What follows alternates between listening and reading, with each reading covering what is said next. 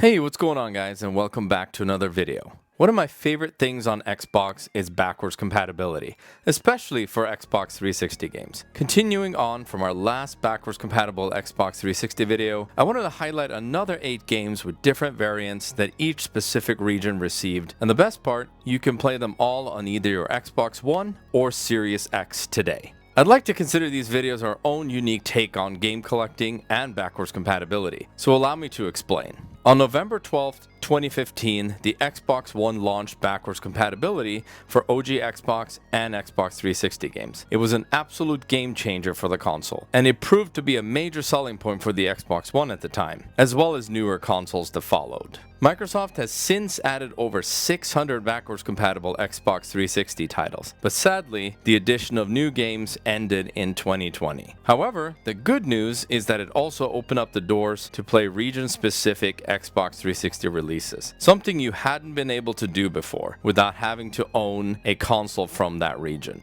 Personally, I like to collect and play the different variants, since these games can often become rare and hard to find. So for today's video, I've included the NTSC versions since last time it felt a little bit incomplete without it. And I actually picked 8 games that we haven't featured before on this channel, so that should be pretty exciting. So let's check out the games. The first game should be pretty familiar to most of you, especially since the latest one came out recently on Xbox Series X and PS5. And that is, of course, Saints Row. And strangely enough, I haven't been able to talk about Saints Row so far, but I figured this would be a great opportunity to do so. So Saints Row was actually an exclusive to the 360. It never came out on PS3, but it was ported to PC a couple of years later. So this came out in like 2006, so a very long time ago. But it was, the competitor to Grand Theft Auto, of course, and a lot of people really like this game. I am one of those weird ones. I started actually with Saints Row 3, then I played 2, and then I played 4, and then 1. So this one I still haven't finished yet. But I love collecting for it because of the exclusivity to the Xbox 360. I'm going to put this one here. So that is the NTSC version of the game. And here we have the German PAL version. As we have seen before, the distinct red diamond. I think Bioshock in the previous video I covered had this one. And you can still play this in English, I believe. But as you can see here on the cover, obviously the name is in English. But on the back cover here, it is in German.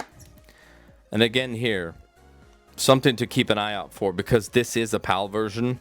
And a lot of times if you want to buy this and collect for it, they do tend to send you the regular PAL version of it. So make sure that the disc has the same rating on it right there. So that red diamond should be a USK 18 rating on this game, because it is pretty violent and drugs and language, of course. So let me see if I can stack these back here so the controllers can act as a little stand.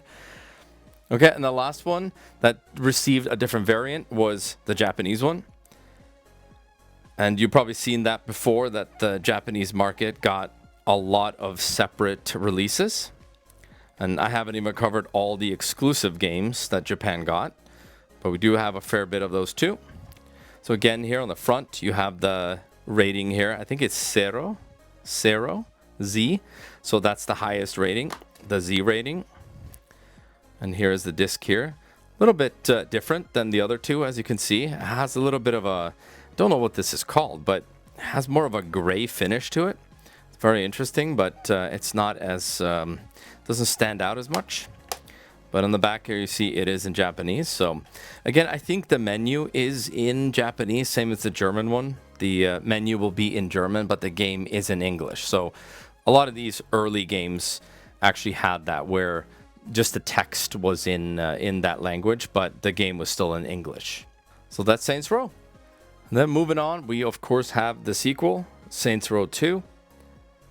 This one I have played, and this is the NTSC version of the game.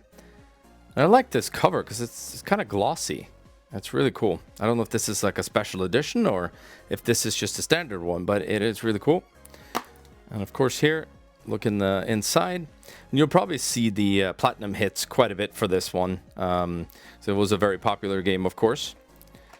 And I've played this one all the way through. I completed all the achievements and everything. So it's a bit of a grind multiplayer, and otherwise you can play it in co-op, which is a lot of fun. So you can do a lot of activities. You can do the story mode together. And of course, if you want to do the multiplayer, it is quite a grind, like I said, but it is a fun game. I definitely would recommend playing this one.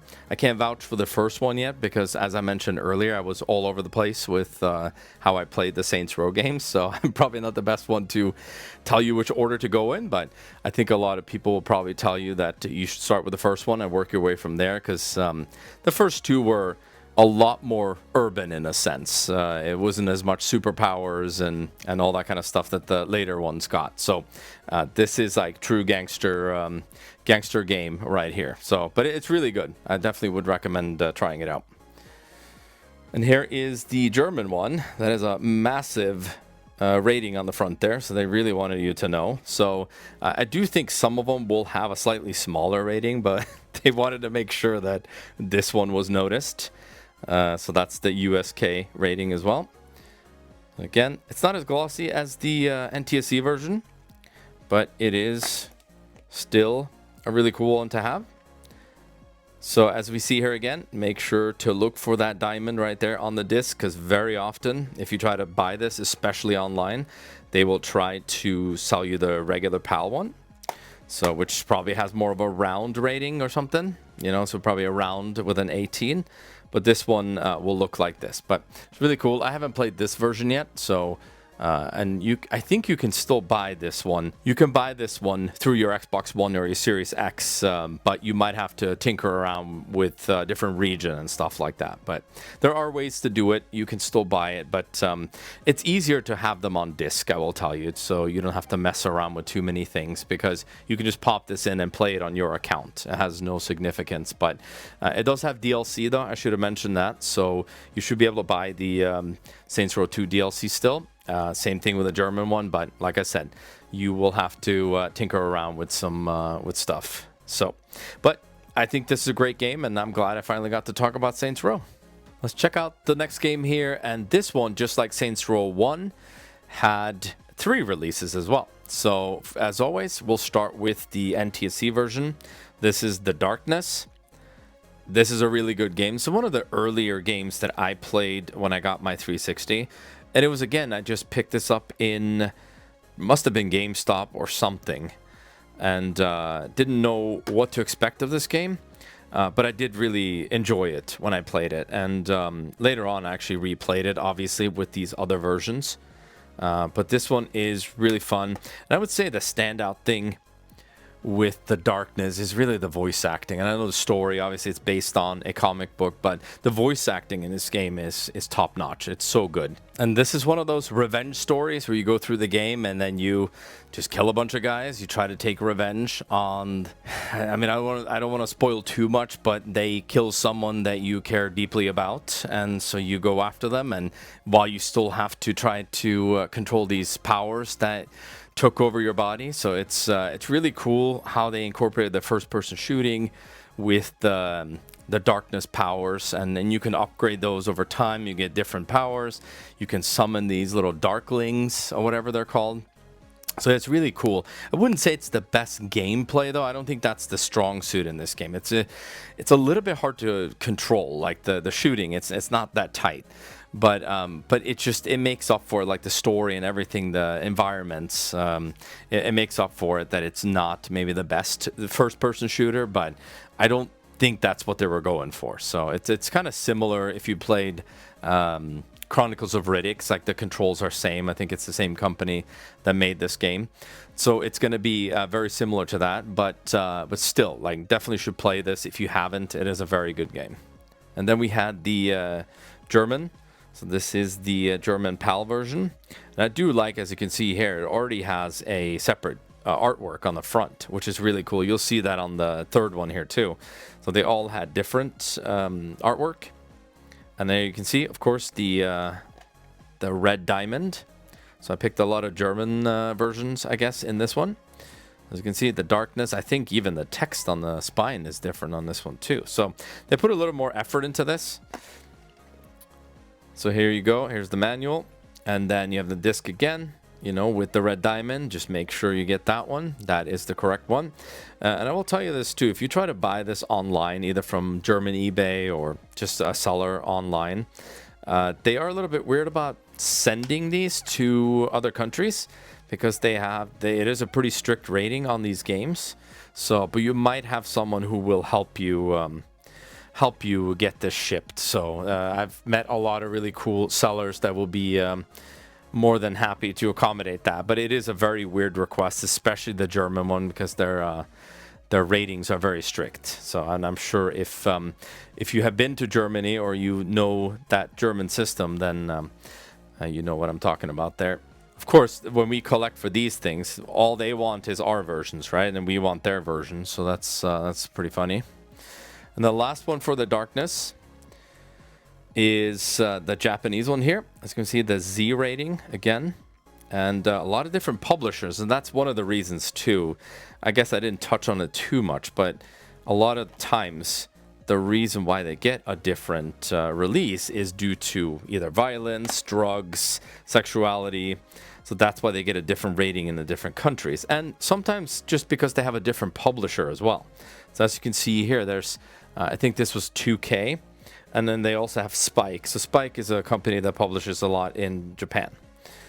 So here is that one. Again, look out for that one. But usually if you buy any Japanese versions, you shouldn't have any problems. They're very used to selling stuff online. So if you're new to buying these kind of foreign variants, the Japanese ones should never be a problem. They know what they're doing. So, but that's the darkness. And as you can see, 3 different cases. I definitely would recommend collecting for this one because not only is it a great game, all 3 are very collectible as well. Moving on to the next one here, we have Bully. This is Bully Scholarship Edition. This is the NTSC version. And I've never really played this. I played the opening kind of, I guess it would be the prologue of this game. But I know this one's an interesting release because this is a PS2 game. And then, really cool, it has the map and stuff.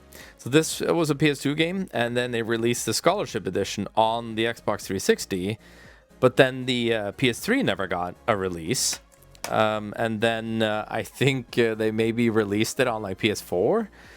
So yeah, it's very interesting, but really nice to have this one. There was a while I had a very hard time finding this one for some reason, but it's like I said, I haven't played it yet, but from what I played, and I know people love this game, like they want a sequel like faster than Red Dead 3 or GTA 6. You know, it's this one is one I've been looking forward to playing.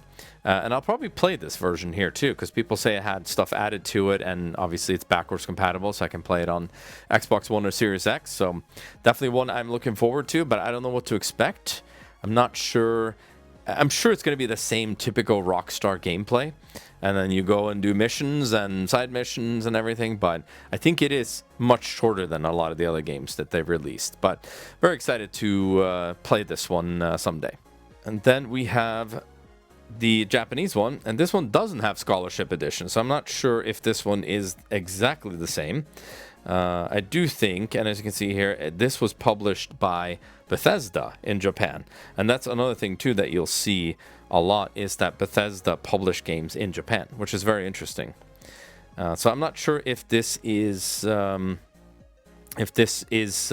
same version. I do believe it is, and this is similar to the last one. In the last video we covered Oblivion, so most of the text here is in Japanese, but the game is in English. So you know, you could always play the first one. That might be what I do if I wanted to stack this game.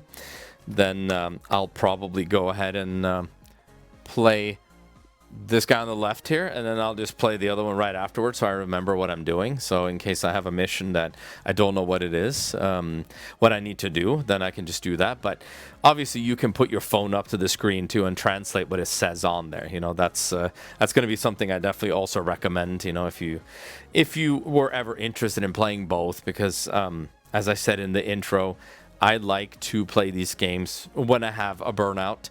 When I don't know what to play next, I tend to just pick up one of these games and play them again.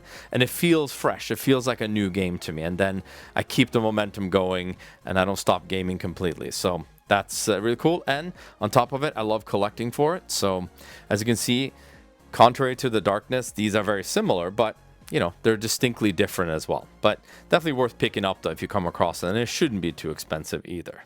The next game features everyone's anti-hero, superhero of the 90s. And that's, of course, Duke Nukem. This is Duke Nukem Forever. Again, the NTSC version of it. Let me tell you about this game. This took... I think they made this game in the 90s, and then they released it in the 2000s. It took a long time. And it shows. I mean, this is easily... I think maybe this might be the one and only time I'll feature this, but I can think of one other video I would do to feature this game. Yeah, I don't have a whole lot of good things to say about Duke Nukem Forever, and it sucks because I did play the old Duke Nukem games. Shouldn't say when I was growing up, but at least in my teens and stuff like that. So I did enjoy them for their childish humor and obviously the inappropriate nature of it, as you are when you're growing up. But it's not even that. I mean, this isn't a game or a character I feel that it ages very well, especially in this day and age. So I did play through it one time. I have yet to go back and complete this game 100%. I haven't even played the DLC yet, so this game has DLC. So it's I didn't enjoy it. I felt that it was too long, and also the gameplay wasn't very good. I feel like it literally felt like a game that was stuck in a different century, different decade, I should say. Maybe not a century, but it was stuck in a different decade. So I've tried. I mean, I'll give it another go. I might change my mind. I haven't played this game in many years. But I highly doubt it. So this is not a game that I would recommend you play. But if you're curious, or if you have any association with Duke Nukem from the 90s or whatever, then I'm sure you will enjoy it somewhat for nostalgia. But it's not a good first-person shooter at all. Especially when you have to try to do like puzzles and weird stuff to open doors, and it's just very strange. I don't really know what happened in this game. But here they did have a different release as well, and that was the Japanese one. Again, the rating on the front, and this one looks very similar. Of course, it has Japanese writing on the back, and then the spine is all in Japanese as well. But it's very easy, obviously. If you've ever been to Japan or you ever see this, they have a very, again, distinct rating at the bottom here. So you can see that it is the Japanese one. So I like to sort these on the shelf, though, on the game shelves separately. But I used to have them all together in the past. So it was very easy to see which ones were the Japanese releases. So, but here is the Japanese one. And I'm not sure how expensive this one is, but again, it should be easy enough to find. Obviously, have not played this one, but as I said, these are collectible to some degree, but not the best game. The next game is going to have more of a relevance, I think, these days, because it wasn't that long ago that this series received a remaster, and also a new game was announced at the Game Awards.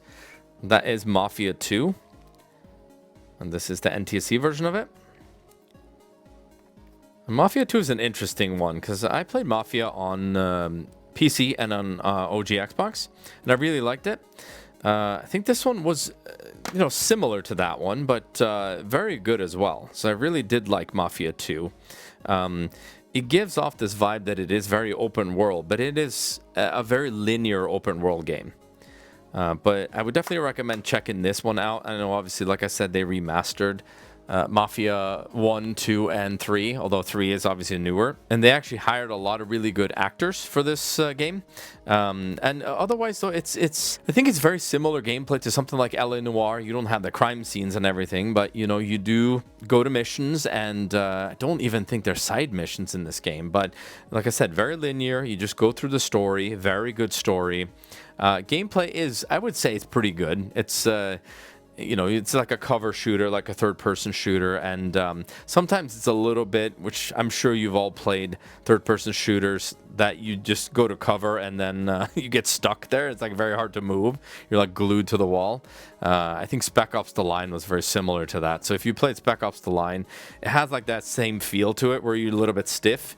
But otherwise, I mean, it is a fantastic game, though. I think it is worth playing it. And now I'm actually excited to go play Mafia 1, 2, and 3, because I haven't played the remaster yet of the first one, and I haven't played Mafia 3 yet. So, but this one, I'll play them in order, and I'll see how I feel then. I know the third one's obviously a little bit different, but I have a bunch of friends, actually, that love this game. They talk about this all the time. And then we have probably the strangest release here, which I'll mention that too, about the NTSC version. That has a sort of a classics, but this is also a PAL version of this game, but it is a Czech Polish version of it, which must be one of the strangest releases I have in the 360 collection. And I'm sure if you are in Europe, this is probably much easier to find for you, especially if you are close to those countries. But as you can see here, it's a very basic spine, so that's typically like the platinum hits or the classics. But the good thing about this version, it has all the DLC on it. So if you go and get the Mafia version right there, the NTSC version, you can get the platinum hits, and it has the DLC. So you can see up top area, it will have the writing of the 3 DLCs. So if you wanted those extra achievements and pay less for it, because you can still buy it in the marketplace. But that is a good deal. It's a great deal. And this is really the only way you can get this one. At least with all the DLC, is the classics. And it comes with 2 discs right here. So yeah, this is definitely one of the stranger editions I have. But it's very cool. And some guy hooked me up with this one over some kind of trading forum. I just reached out and said, hey, can you get me this one? And it's pretty cool. He's like, yeah, just PayPal me and then I'll get you the game. So that's it's one and only time I've ever heard of it and seen it. So, but it is pretty sought after. So, but it is, as you can see, it has that 18 PAL rating, but it has the Czech and the Polish on the front there. So pretty cool. But like I said, if you're only interested in the NTSC version of this, you can buy the platinum hits with the DLC as well. It should be available still. And the last one is the Japanese one. As you can see, there's a theme here. There's a lot of Japanese releases. Again, the Z rating. And that was another thing too. If you wanted to buy these digitally, it's a little bit harder because they had that the highest rating possible. So a lot of times you couldn't even buy it because you needed some kind of age verification for this. So inside here, you have the map on this one too. So I think I bought this one brand new actually. So it has everything in here. But really cool. And you know, like I said, it's a really great game. I think this one also has the text in Japanese. I know that the Polish one there has either Czech or Polish. I think the developer was actually from the Czech Republic, so and they work with 2K to make the game, or 2K Czech, I think it was. So all of these are great though. If you wanted to get the DLC for the Japanese one, again, like I said earlier, you're gonna have to like tinker with some region stuff and try to buy it that way. But yes, this is what you get when you buy the physical. But again, great game, and I would highly recommend that you play this one. The next game is a rather funny one, I would say. One that I wasn't sure I would like, but then it's kind of one of those weird ones where you just have to play it to know what I'm talking about. And that's Eat Lead, The Return of Matt Hazard. And this, of course, stars the brilliant Will Arnett. And if you are a fan of, I should say, let's just stick to the physical media first. This is the NTSC version of it. And here's what it looks like on the inside. Of course, we try to always collect for complete versions here. So that's that one. So like I said, this stars Will Arnett. I mean, the funniest thing is, like, you play as this video game hero from the 80s, and then you're trying to make a comeback against all these retro enemies, and yeah, it's I think this was a lot of fun. I didn't know what to expect. Like I said, I don't even remember why I picked this game up, but it may have been cheap, or I saw that Will Arnett, and I just remember that it has Neil Patrick Harris as well. He's the bad guy, so yeah, it's one of those third-person shooters, again, just like Mafia, and I mentioned Spec Ops: The Line. It has this weird cover mechanic where you feel like you're sometimes stuck, and but I always found the best way to play this one was just kind of be away from the wall and kind of sneak shoot people. That's really the best way to play this one, and I say the gameplay is pretty good. It's not the best third-person shooter, but if you go into it expecting that, then you're gonna have a great time with this game. So it's definitely one of those unusual shooters that I played, at least. But I would definitely check it out if you're looking for a new third-person shooter that you haven't played. And then it also received a Japanese release here. Again, this is a C rating, not a Z rating. And I haven't actually played this version yet. As you can see here, it's all Japanese on the back, and it has Eat Lead, and then either the Return of Matt Hazard is in Japanese. But again, we have that little, I would say, the shinier disc, like kind of more grayish, which is a little bit interesting. And it has a manual as well.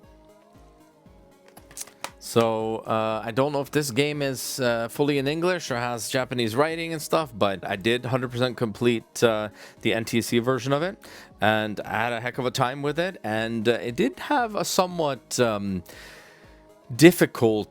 difficulty achievement, I would say. It wasn't the easiest thing, but I think that had more to do with the controls, really. But if you kind of like the Deadpool and the little sillier kind of Saints Row 3 and 4, this is the game for you. And the last game of today's chosen titles is going to be Just Cause 2. This is, again, the NTSC version of it. Very familiar to most people, I would assume. But here is another game that I picked up kind of on a whim and decided I was going to dive into this one. And I haven't really been a huge fan of open world games, really. There's a select few on the 360 that I really enjoyed, and this was definitely one of them. And I know that there is a lot to do in this game, and even to get like 100% completion, it was kind of a joke with the developer, I think, where if people went for absolute 100% completion, then you're crazy. And I think you have to still get, for the actual achievement completion, you still have to do like 75% of everything in the game. So it's a massive map. That's why I said I was very surprised that I actually liked this one, because I do like the more linear single player experience, but with this game, with the amount of explosions and that grappling hook and crazy. I mean, I really love this game, and I didn't love the first Just Cause as much. I think that definitely hasn't aged well. It seems like a kind of an OG Xbox game, but this one felt like a 360 game. Just like a lot of open world games, you can fly airplanes, helicopters, drive cars, boats, you know. So I really enjoy this game. For some reason, I haven't been able to get into Just Cause 3 in the same way I like 2. So I know that they changed a bunch. I mean, the game still plays well, but there's just something unique about Just Cause 2, I feel, that made it a better game, in my opinion. So, but I know they've obviously since made Just Cause 4, which I haven't played either, but it is a series I want to get back to, but my preferences have changed a little bit, so maybe I'm not that into the explosions anymore. But very simple game, though. Not much to the story, really. Not that I could remember, at least. It's all about the explosions, the guns, everything. Kill enemies and have a good time. And then it also had, as you may guess by now, it had a Japanese release. This had a D rating. And another one, I actually did start this one because I liked the first one so much, and I did complete it. So I did start this one, and it has a very silvery disc right here. So I did start this one, and there is some stuff you got to do for the 100%. Like, you have to do all the vehicles, and there is some DLC that you might need for this one. I don't know if that was removed with the 360 store when it shut down last year. But you can poke around the newer store, obviously on Xbox One or Series X, to see if you can find it. It may be required to get 100% completion that you might be locked out of now if you didn't previously claim it. But otherwise, you don't obviously need the DLC to play the game. I would definitely recommend this game if you're just looking for a good time, kind of brainless fun, and just go blow stuff up. And then you can do that for like 100 hours. Then you will come back. You will have had a good time by then. All right, that was it for this video, and as always, I hope you enjoyed and found it helpful. If you liked this video, give it a thumbs up. We always appreciate it, and it always helps our channel out. And also, if you're interested and you're new here, subscribe as well. That also helps us out a ton. Thanks for watching, and until next time, keep the 360 dream alive.